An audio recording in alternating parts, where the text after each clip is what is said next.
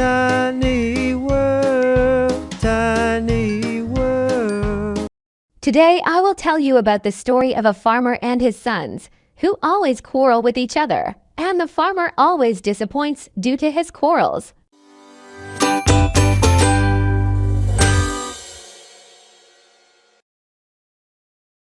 Once upon a time, there was a beautiful village where everyone lived peacefully, enjoying the tranquility and harmony of their surroundings, with neighbors always helping each other and the community thriving in a spirit of mutual respect and cooperation.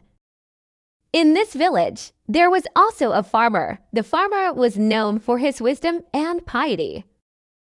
The farmer was constantly working his farm, taking care of the animals, planting crops, and making sure that everything was done to support his family and improve the community. But the farmer also had 4 sons who always quarreled with each other, doing nothing productive except causing tension and worrying for their father. One day, as a result of their constant fighting and noisy conduct, the farmer became very sick and needed to be taken to the hospital immediately. After he regained consciousness, the farmer called his sons together and decided it was time to impart some important life lessons to them. He said to his sons, "Go to the jungle and bring back a bundle of wood."